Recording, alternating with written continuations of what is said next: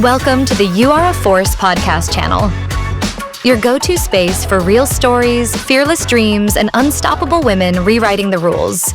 And the force behind this podcast. Here is your host, Binoli, Botadara. Hi everyone, welcome to You Are a Force, where we celebrate incredible women who are visionaries, disruptors, trailblazers, who are actually shaping the industries and rewriting the norms. I'm your host, Binoli Botadara, and today's guest is a force of a nature in every sense of the word.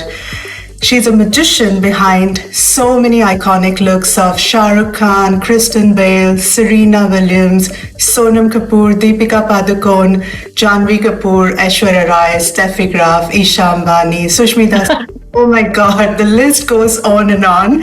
Oh my God, from Cannes red carpets to blockbuster Bollywood films, from setting the bridal beauty trends to redefining the glam, she has transformed every canvas she has touched ever. She is a proud recipient of Dada Falke International Film Festival Award, IFA Award, Vogue Beauty Awards, Elle Beauty Icon, Femina Women of the Year, and many more prestigious honors. And she found a SimplyNam, which is 100% vegan beauty brand for Indian skin tones. And she is also a powerhouse behind Namrata Soni Makeup and Hair Academy, where she's basically grooming next generation of beauty professionals. So it's my absolute honor to welcome someone who is a history maker, rule breaker, beauty game changer, and creative force and visionary, Namrata Soni. Namrata, welcome on You Are a Force. Thank you so much for having me here. I am so excited to be on this podcast. Oh my God, I cannot believe that this was just a dream I had and I'm actually doing this with you. So I want to actually start by addressing elephant in the room. How is my makeup looking? You're looking amazing. I like the fact that you've kept it simple and nice. It's easy. Yeah. It's not too... Yeah, just like what's your signature style, right? You won't believe I actually went a little embarrassing more amount of time in blending my base and just I was like, I need to be as not Namrata standards because I've been using your tutorials and tricks and everything. So I hope I've done good as a student. You're looking beautiful. Thank you, I'm flattered. So I'm gonna straight dive into it, Namrata. You are one of the first independent female artist or female makeup artist, I would say. But when I say female, because when you started 25 years ago, ironically, women makeup artists were actually banned to work in the film industry, and you actually challenged that status quo. So you were not just breaking into the industry, you were basically actually breaking actual rules. So please take us to that moment where you had to fight to just enter in, but also you actually made it happen. And did you know that you were writing the history at that point in time?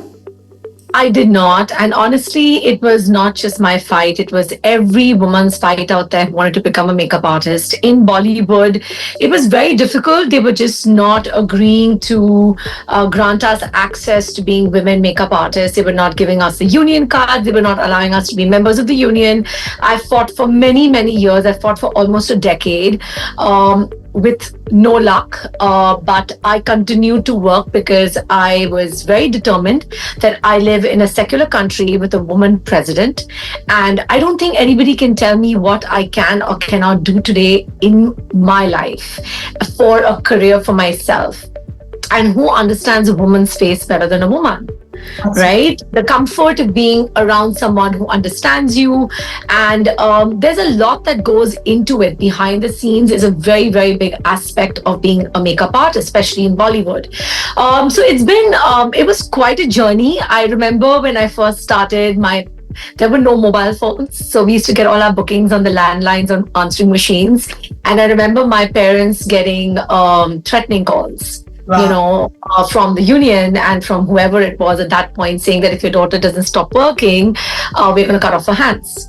What? So it was, yeah. So my father was like, you need to stop. And I was like, I love what I do. And it's, I always say this to anyone entering this industry.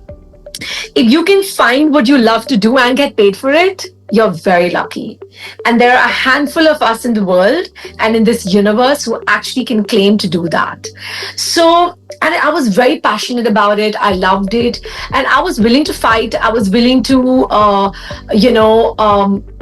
hide in vanity vans at that point. We were not given a choice. But I got very lucky that I worked with amazing producers, directors, and actors. I worked with directors like Farah Khan. I worked with producers like Dharma Productions and YRF, and actors like Sonam, who were willing to stand up for me. And they did not want to work without me. And that was a very big turning point because, it says a lot when someone is willing to support you. So it was actually quite, it was very, it was lovely to see that. But I'll tell you, the most insane experience for me was in 2014. I was shooting a film and we were shooting on the outskirts of Mumbai. Mm-hmm. And so it was a very, very, very big production house. And we had a union landing up on set all the time. And I till then still did not have the card because we had just not won the case. It was just at that point, we had lost in the High Court. There was a makeup artist called Charu from South India who actually took the case forward because down there in the South, it was in a really bad situation. Here, they were, so what landed up happening was that the union landed up and said that she can't work on set. So I was like, try and stop me. I'm not going to stop. This is not something you can tell me. Where is it written in the rules? Where is it written in the rules of this country or in the constitution that women can't do this? That women have to be hairdressers and men have to be makeup artists. And they had no answer for me, honestly, at that point. So we had a very big actor with us on set, and he said, you know what, let me get down. Let me understand what the problem is. So let's get everybody together. And it was a very big male actor. And I remember we were standing. So he said, just keep quiet, let them talk. And let's see what they have to say. So I was standing behind him. And honestly, it was the Cine hair, makeup and dress union. And it was women and men who had come over there. And they were really angry at me, They were sitting across and they were like, upset, they were angry, they were like, who does she think she is? Why is she working in this industry? Because of her, our children have no work. She started this entire trend of having women makeup artists enter Bollywood. Before that, we had women who were in the fashion world, but nobody was really in Bollywood. And what surprised me and what shocked me and what really hurt me was it was the women. Yeah. Problem. It was not the men. It was the women hairdressers because it's nepotism, right? It's nepotism in the makeup and hair industry. So if you are a woman hairdresser, if you have a son, your son becomes a makeup artist. If you have a daughter, your daughter becomes a hairdresser, and vice versa for makeup artists. So it was like they were like, oh, because of her, all our sons are not getting work. And we are not okay with it. And she is not even using any of our children to like assist her and pay them. So she has to figure it out. We're not going to allow her to work. So it was very heartbreaking. At that point, I remember it was May. It was April, May in 2014. And I remember standing there and I was like, wow. We finished that meeting and there was no resolution, obviously. And they were like, oh, you see, y'all are not even going to win in High Court, in Supreme Court, nothing. And Charu won in Supreme Court. And it was amazing to watch, the fact that this rule that they had made was overthrown. And I remember the case was won in November. And I had unfortunately lost my father at that point. And I was up north. He was still in the hospital and we weren't sure what the situation was going to be. And I got a call from the union telling me that we're waiting for you. We're waiting for you to come to get your card. And Oh it was my amazing. God. I got goosebumps, Namrata. That's, And I was like, why would you think that I would come and get your card? It is not written in any rule in any industry in the world that you have to compulsory be a member of a union. It is my choice if I want to be a member of a union, and I choose not to be a member of this union oh, because y'all have never supported us. Today you have a gun to your head because y'all have lost the case, which is why you're inviting me to come and take a card. oh, I'm not interested in this card. yeah. So I didn't go. I remember. And I was, we had, in the meantime, before all of this happened, I had already taken a union card from Manse. It's another very big group in our country. And they were really supportive of women. And, if there were any issues that I was having on set, like I remember once I was shooting in Goregaon at Filmistan and I was coming physically dragged out of the makeup rooms, when we were getting people ready, and I had to call the cops. It was insane. So yeah, I've been through the rigmarole and the entire thing of fighting them, not coming to any you know understanding with them, and then eventually the case being won in Supreme Court. And today we are where we are, because of a handful of really strong women who have fought for us and fought with us. And I'm very grateful and thankful to each and every one of those people. Oh my God. And we're thankful to you, Namrata. When you were saying this story, I could actually visualize, and it's so bizarre. And I'm sorry you had to go through, but I'm so glad you fought that fight, not just for yourself, but entire generation of women, because of you and women like you, they all have a seat on the table. So that is incredible. And also surprisingly that it was not like long time ago. It was not like 100 years ago. It was like 10, 7 years ago. 10, 11 years back. Yes. Oh my God. For 15 years before that, I was literally just working. I used to refuse to listen to them. I used to refuse to pay the fines. I used to come and slap fines on the production houses, slap fines on me. I said, I'm not a member of your union, so you can do what you want. I am not going to stop doing what I love doing and stop working in this industry, which is there and supports me, and with actors and producers and production houses that are there to support women. And it's been incredible, honestly. It's been, what a journey. I know, what a journey. And what also strikes me the most is all these people who supported you, and otherwise you've always been, actually you've spent years, 25 years in witnessing superstar, these icons in the rawest and most vulnerable forms before they hit the red carpet or they hit the spotlight.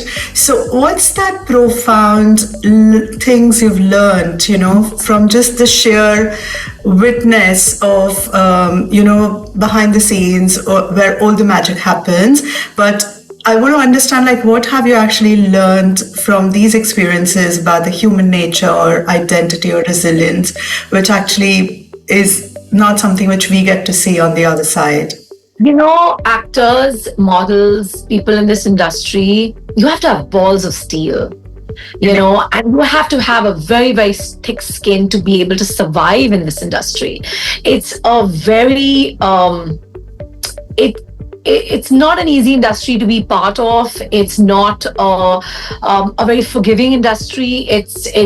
It lifts you up when you need to be lifted, but it also pushes you down and keeps you down there a lot. What I've learned from my actors is their resilience, their dedication to what they do, and how much time and effort. And the reason why they get paid the $1 million, there's a reason behind it, because they have no life. Every aspect of their life is photographed, is put on social media, it's covered. And there is no hiding from social media today, especially when camera phones came into the picture. There's literally no hiding what you're doing. So it's been a very it was eye-opening for me. It made me who I am today. It taught me to value my family and my friends a lot more, because you need to remember that you need to go back home and have those people you can confide in, have those people who have your back. And that's only going to happen when you see and you experience the angst, the vulnerability that these actors have to be a part of every single day of their lives. And I'm very thankful. It's made me a very strong person. I was a very indecisive person growing up. Like, I was like, oh, I don't know if I want to do this. But it made me very like, okay, I know exactly what I want. And I knew exactly the kind of person I wanted to get married to because of the industry. I knew that for sure. Choice, right? Yeah, and I was like, I know exactly what I want. I know the person I don't want, and I know the person I want, and I know the person I wanted to become. It taught me to be a more kinder person. It's basically what the industry and what these amazing actors and the producer, the directors, the Bollywood has taught me. This industry has taught me, from fashion photographers to stylists to every aspect of them, magazines, is that you will treat people the way you want to be treated on your way up, because that's exactly how you're going to be treated on your way down.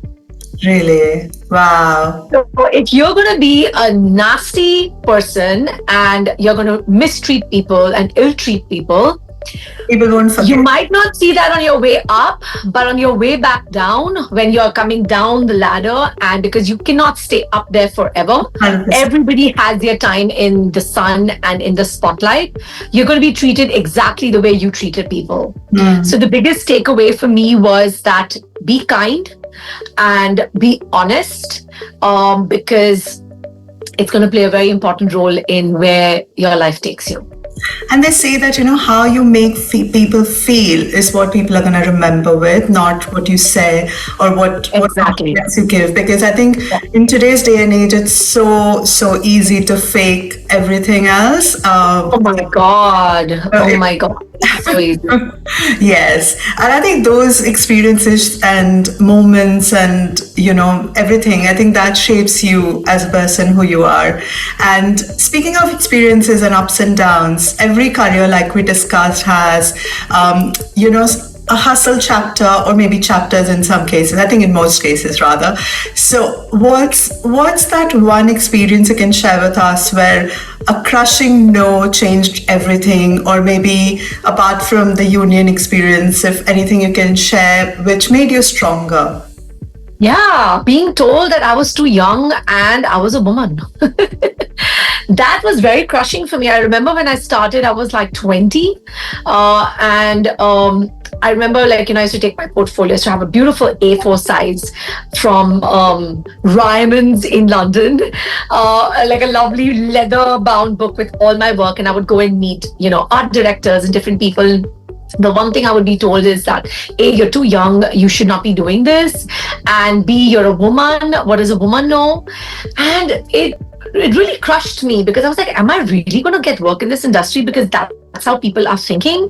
They're only going to put me in that one category of just being a hairstylist or a hairdresser or a beautician. And I said, but I want to be bigger than that. I want to be larger than that. And it really shook my confidence at one point. I remember, coming back and talking to my mom, and, I was like, I don't know, maybe I'm in the wrong industry. Maybe I should work in a salon, or I should become like a colorist, or I should become like a hairstylist, like a hair, someone who cuts hair and styles hair. And she was like, no, she's like, this is what you love to do. So why are you allowing what a handful of people are telling you to change the way you're feeling? You make sure that you change their mind about who you are and what you are.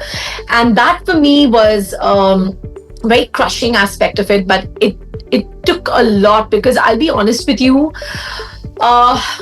it made me very strong, yes, but it also made me very closed.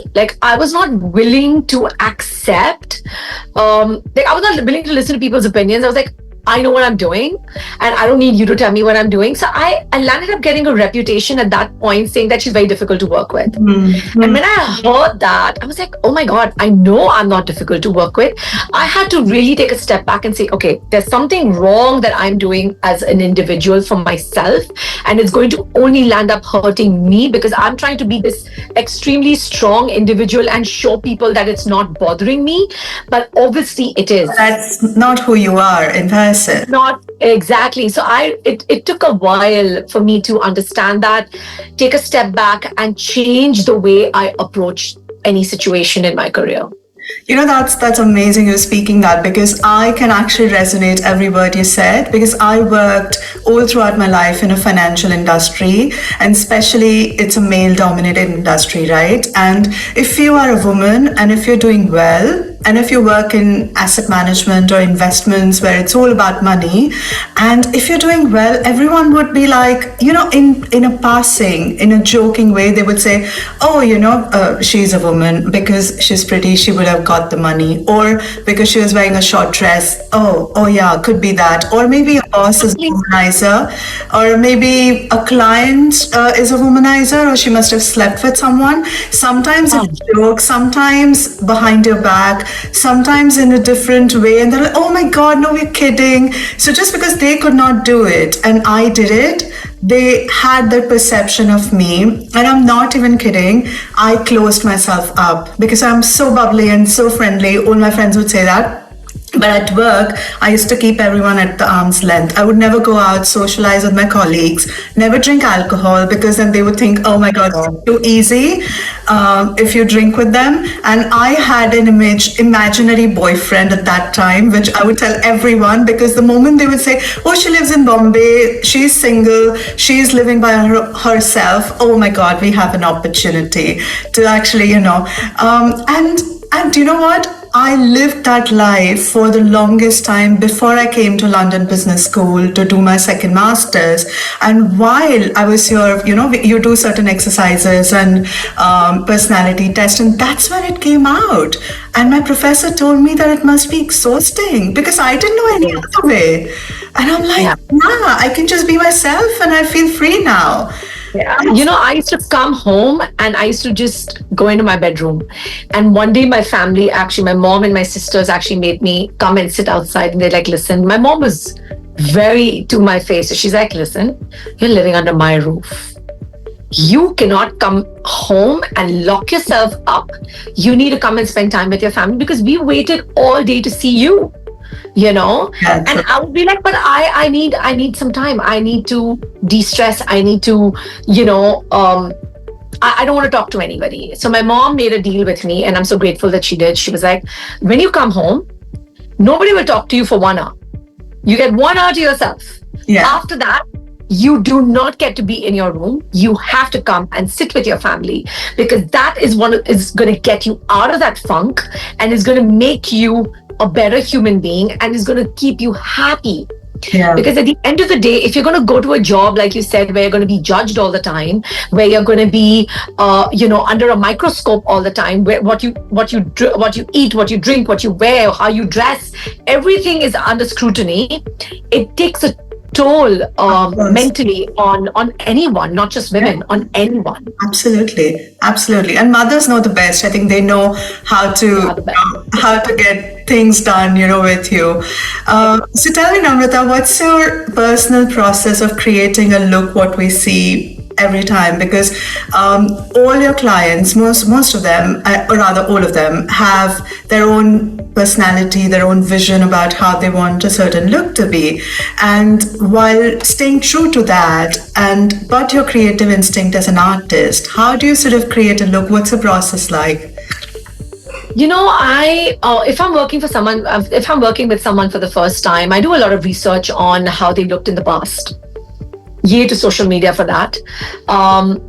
Because I get to see how they have looked from the time they enter the industry to the time I get to work with them, and get to observe the changes in their face, get to observe what has worked for them, in my opinion, and as an artist, and what has not. Because to be a makeup artist, most people think it's as easy as just doing a smoky eye for someone or an eyeliner and red lips. It's really not. You really have to understand face shapes, eye shapes. You have to understand why you're doing a certain kind of eye makeup for that client sitting on your chair. You could be someone who has heavy hooded eyes, small eyes, and close set. You can't just do any kind of random eye makeup just because it's a trend. You have to make it work for your client. So there's a lot of theory that goes into it. So for me, I do a lot of research before I'm going for a shoot, before I'm working with a client. I will always ask them to send me their pictures of how they have been made to look by different people or different periods of their life till they have reached this point where I get to touch their face and I get to create something beautiful on their canvas. Oh, okay. So it's basically a lot of research and a collaborative process, which... And I think it should always be that way because yes, there are times when I don't know who's sitting on my chair, but yeah. I'm someone who... I do it very cleverly. I do a little bit of like, I'll sit and chat with them. I'll do like a beautiful face massage. So what lands up happening with that lymphatic drainage is I get to feel their face shape. I get to see where, the highlights are and where the lowlights are, where I have to, what parts of the face I have to bring out, what parts of the face I can put into shadows. And it really helps me and at the same time make them comfortable with me getting them ready, which makes a huge difference because once that trust factor comes in, they will just love sitting on your chair. You become their therapist and you get their confidence. I'm sure it sounds amazing. I wish I could be in your chair one day. Maybe. I hope so. I'll manifest it. So tell me a couple of, in today's day and age, we've spoken about how the social media is and every look you create actually lives on internet forever. And you're judged, you're trolled, you're praised, you're picked apart and everything in one go. And because everyone wants to be like a, influencer or everyone has an opinion on everything these days. So how do you handle this pressure? Like how you said about all these stars, but how do you handle this pressure? And have you developed a thick skin or does it still bother you or what's... I've not developed a thick skin. It still bothers the crap out of me.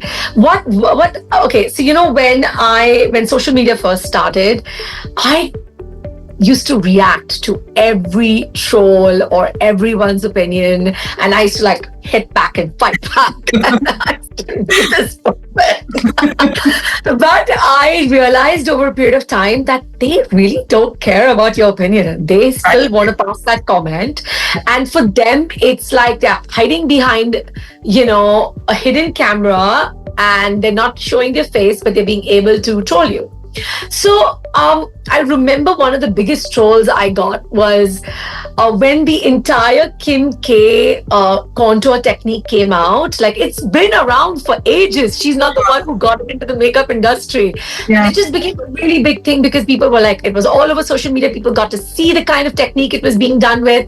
And I started getting called out that, oh, why aren't you doing that on your actor that you're with? That time I was working a lot with Sonam. And initially, I used to hit back and I would be like, have you seen her face? Like, if I contour this beautiful person who's got the most perfect oval shape sitting on my face, on my chair, she's going to look crazy. She's going to look gaunt, So I would keep fighting back. Then I realized that, you know what? Zen, and put it out there. If I want the comments, keep the comments on. If I don't care about the comments, put them off. The best thing that I did for myself was just before lockdown, I hired a social media manager who took over my posting for at least my reels and my posts because I realized that I was spending too much time on social media. Like literally, you're just doing that. And it was addictive. It really messed with my mind because you start questioning, oh my God, I really could have done it better? Am I a bad makeup artist? Am I a bad human being because I've not done it this way? I've not done it that way. Am I not an artist? And I knew at that point I needed to take a step back. I needed to give control to someone else to post my stuff. So I started putting my phone at 7 p.m. my phone goes dark. Really? Okay, it goes dark till 7 a.m. Wow. So basically, if I have to access WhatsApp, Instagram, and all of these things, it I have to put in a passcode. It's a little annoying. After every 5 minutes, it keeps going off. So it kind of tunes me out. It allowed me to get my life back. It allowed me to not take these things too seriously. There are still times when people will comment and they will still like say nasty things. It's okay. I remember when I started going gray, which I started growing a lot. I do a lot of lives for my work, and I started getting trolled. Oh my God, you're not even 42, 43, and you're like getting gray. How old you're looking. Why can't you color your hair? How dirty of a person you are that you're not coloring your hair. I said, excuse me. I said, it's a personal choice that I choose not to color my hair. I choose to go into my age and to accept who I am. I said, that doesn't make another person who's doing it bad, but this is who I am. Yeah, so I got I retaliated by going and putting more white into my hair. And then I was like, people were like, we asked you to color it dark and you've gone and put more like white in your hair. I love it. I said, I love the fact that I can proudly call myself a 44-year-old woman. And I can proudly say that I've reached here with all of this, and I've done all of this to get here, and I've all these obstacles I have crossed in my life, and I'm very grateful and thankful for it. Oh my God, I can totally imagine how crazy it must be. But I'm glad that at least, you can zone out from all these chaos and then just, compress. It takes a little bit of time. And honestly, to have people to talk to, I would say that for people in this industry, always have that. Like for me, it's my sisters and a couple of my friends who I can pick up the phone and I can talk about anything, and I know that I'm safe with whether I want to talk about something at work or a personal thing. It's very important to have those few people in your life, that really close circle who is there for you and who you can like just Yeah, you can be yourself and you can just load anything on. And then you need that. Need that. I agree. And they are your support system, and they're not there because you are a very successful human being or you are in a limelight. They are there for a person you are, this as a sister, as a friend. So it's totally important. I think I also vouch for it. And moving from your makeup artist hat to an entrepreneurial hat, you launched SimplyNam in 2020 with a clear vision for Indian skin tones. And long before the market really caught up, because I was just doing my research that these days there's so much going on in the makeup industry that India's beauty industry is set to double from 14.5 billion currently to 24.3 billion dollars in actually by 2033. So where do you see actually going forward as the biggest opportunities for innovation or shift to serve truly Indian consumers or the next gen or millennials or whatever is the coming next? I think it's about being true to yourself. And I think that's what's worked for SimplyNam all these years. It's not about getting onto the bandwagon of what the next trend is and quickly trying to white label, put your name on something and launch it. At SimplyNam, whatever we have launched so far has always been something that has been in our collection since day one. So I remember when we launched with a makeup remover. And people were like, what? You're a makeup artist and you're launching with a makeup? I said, I hate wearing makeup because I hate removing it. I said, for me, that was the biggest obstacle. So half the time, like, I don't wear makeup is because I was like, I just, the process of removing it is just so tedious that I don't want to wear it. But it's been an incredible journey. And I think going forward too for SimplyNam, it's always going to be customer first. It's what the people out there want. People want easy makeup. They don't want to make their lives complicated. They want the right colors. They want the right formulations for their skin type, for their weather, where they live, and for all women across this country. So we are, of course, focusing on different categories of makeup, but we are making sure that we are covering what people actually need. Like, so for me, in my personal kit, I'll have 3 or 4 things that I will keep going back to. I'm not someone who travels with 20 things. I don't have a little big like a little makeup kit that I travel with. I'll have like maybe 5 things in my bag at any given time. And that's all I do my makeup with. So I'm making sure that we're launching those 5 things that people will want in their bag and they need Right. nothing else. Right. No, that's amazing because I think that's what, because nobody carries, like how the makeup artist carries. And it's I think sometimes small little things which you can fit into your makeup bag and something so easy and versatile to use. And I use your towel, the makeup removing towel. It has changed my skin. It's It is. really a magical thing. I mean, people, like you said, underestimate taking off the makeup and how important it is for your skin to breathe. But yeah. Yes. Like I will never sleep with makeup on thanks to my towel because it's a game changer, and also we wanted to launch something which was environmentally friendly, which you don't have to keep on and on buying cotton pads or cotton or cloth. Like something like this lasts you for 3.5 years, and then you can recycle it. Yeah. It's not something like throwing it in the bin. You can recycle it. You can, like, I literally have collected lots of them, and I'm going to make it into something, put it as a stuffing in a sofa. Yeah. So you can recycle it and do a lot with this kind of stuff. True, how our mother used to actually do with anything and everything, right? And because that just makes me wonder that, how in this market where the celebrity-backed beauty lines are popping up like mushrooms every single day, it's so important to be relevant, but also have a loyal customer base, right? Because there's so much going on, and every point in time, if there's a trend on TikTok or wherever, everybody wants to buy that. But then in that sort of scenario, to be relevant and to be also having a loyal customer base with your product innovation or offering, I think that's very, very important. So we have a 40% returning customer rate. That's SimplyNam. That's amazing. And what's the industry average? Sorry? What's the industry average of, if you know? I think it would be anywhere around 15 to 20. Wow, that says a lot, Namrata. Like 40%. Because we are making sure that the colors that we're launching, whether it's our lipsticks, whether it's in our blush-ons, whether it's in our kajals, we're making sure that it is something that will actually work for Indian women, Indian skin tones, Indian whoever you may be.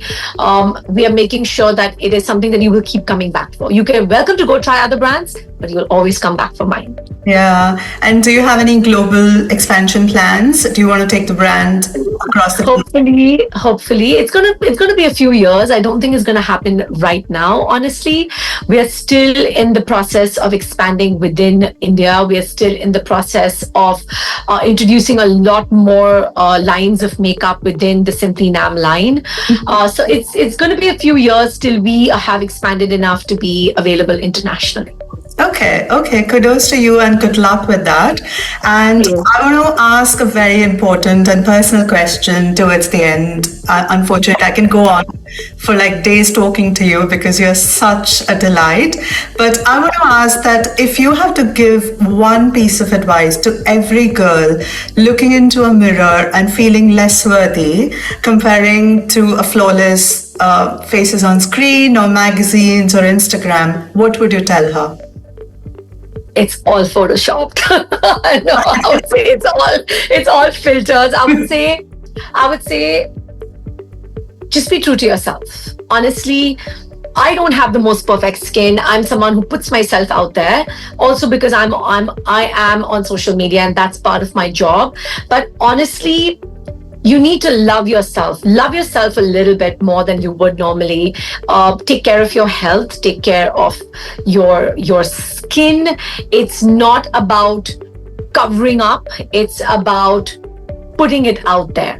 So it's, for me, my mantra has always been using the right products in the right places to enhance your natural beauty, not cover up your natural beauty. You have to learn to enhance. When you're looking at yourself in the mirror and you're going to only look at flaws, think of it from the perspective that, okay, maybe my one lip is crooked.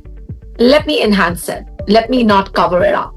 So learn to enhance and not cover up, I would say.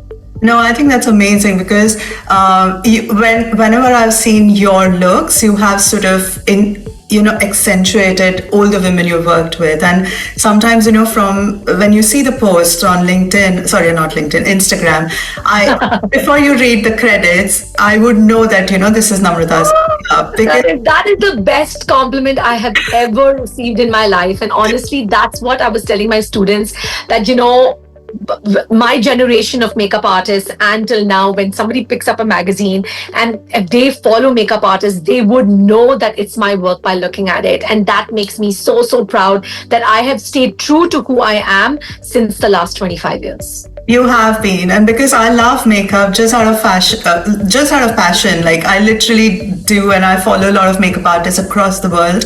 But I'm a huge fan of you and Mickey Contractor. Even Mickey's, I love Mickey. You can come to know that it's Mickey Contractor's work, or Yes. even your work. So more power to you. And I'm gonna end with a rapid fire because I can't let you go because I'm curious to know a few things.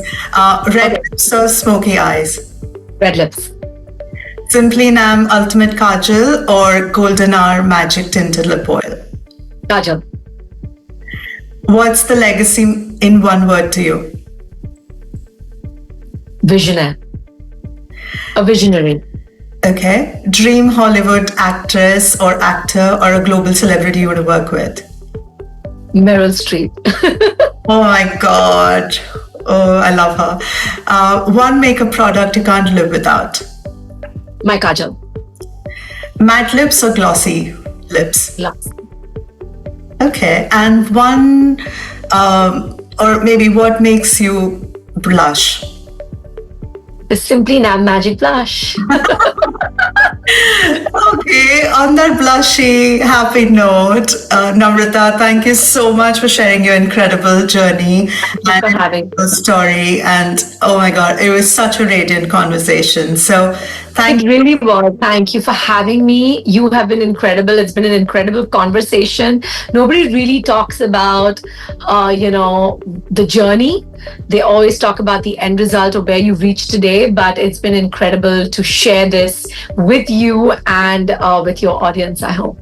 Thank you so much. It's been a pleasure. You were the first person I reached out to, and in a heartbeat, you said yes. And that gave me so much confidence. I went around telling everyone that I've got a yes from Namrata Soni. So I'm going to, I'm going to launch with this. So I'm so thank you. And thank you for being a part of my journey. And this conversation was just not a makeup tip or tips. It was a masterclass in vision, vulnerability, and owning your own light.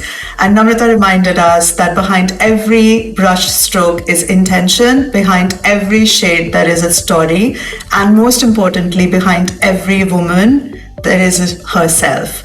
So remember this is not just a podcast, it's a growing, glittering global sisterhood. It's a virtual coffee date with incredible women across the world, because you are a force. So let's rise together, embrace our glow. Until next time, stay powerful. Bye. Bye.